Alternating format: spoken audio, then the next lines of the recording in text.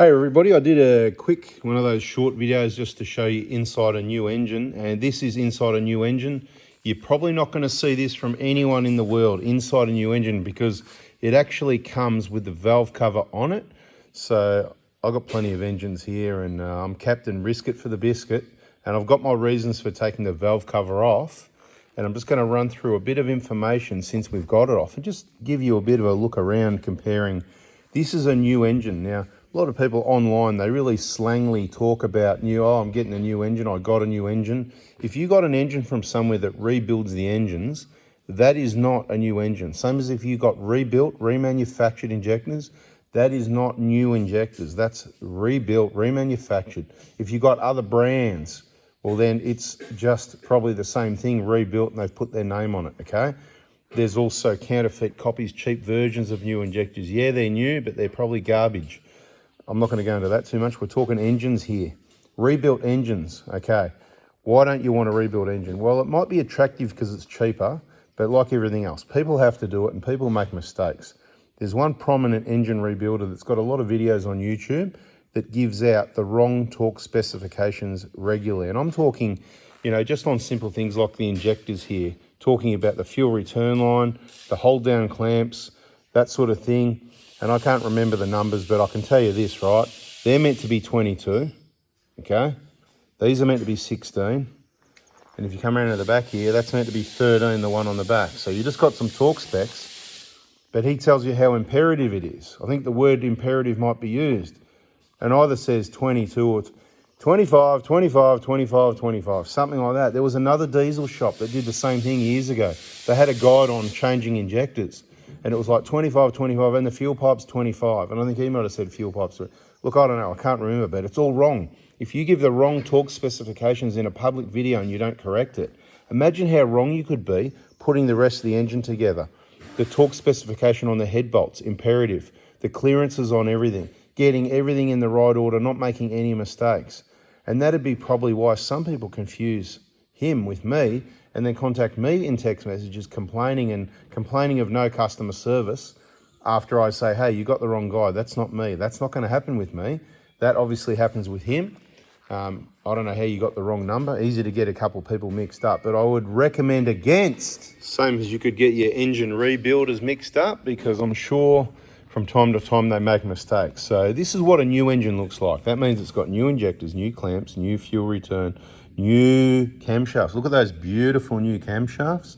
They've been tested and run with a rebuilt engine. Do they actually get, run it all? Obviously through the production line, they hook everything up, they give them a run.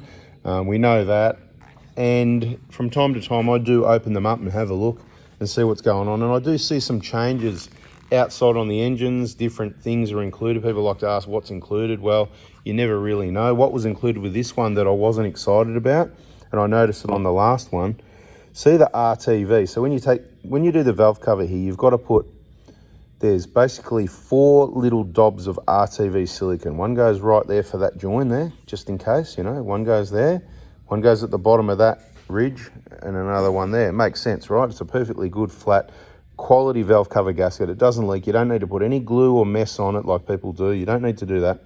And you just need these 4 tiny little dobs, because the gasket's just going to press there, and it's going to mostly mush out each side anyway. And whoever's been doing these engines, and I've cleaned most of the evidence off because I've got to clean it up. I'm not done yet. You can see where it pushed. I left a bit of the evidence. So valve cover gasket goes here. The end of the mush, it's pushed all the way. It's like 10 millimeters away, all that.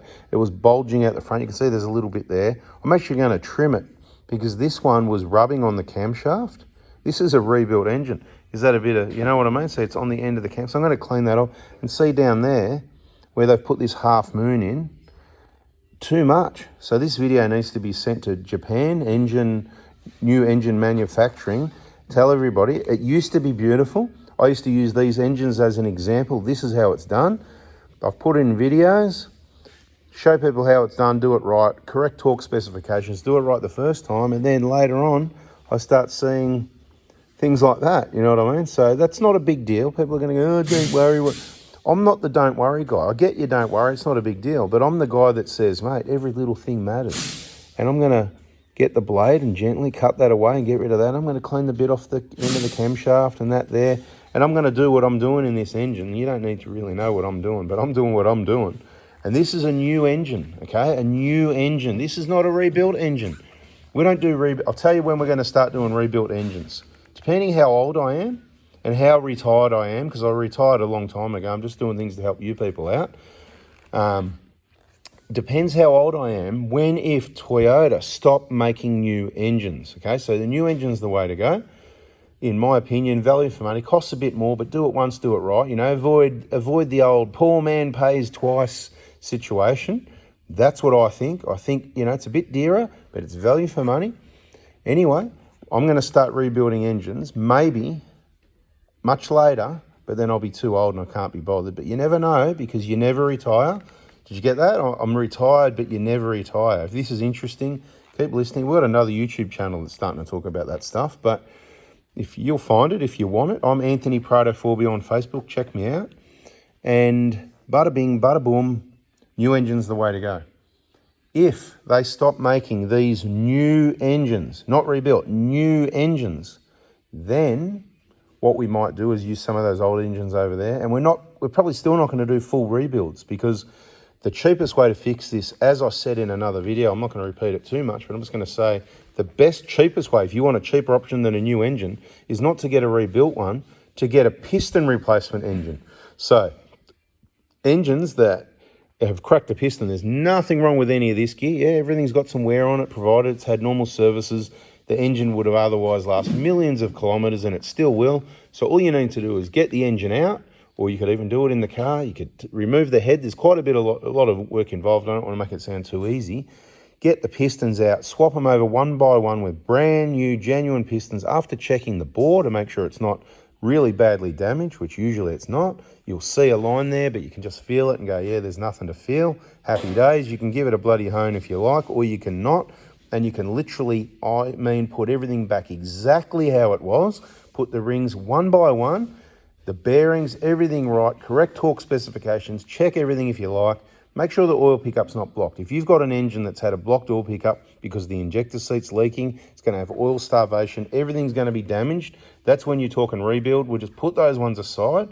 You want one that hasn't got a blocked oil pickup, normal service, it's cracked a piston, swap the pistons, the rings are good, the bearings are good, everything's good. You need a new head gasket, right? You can work out which one it is on the back of the head here. They've got the markings to work out which one it is, right?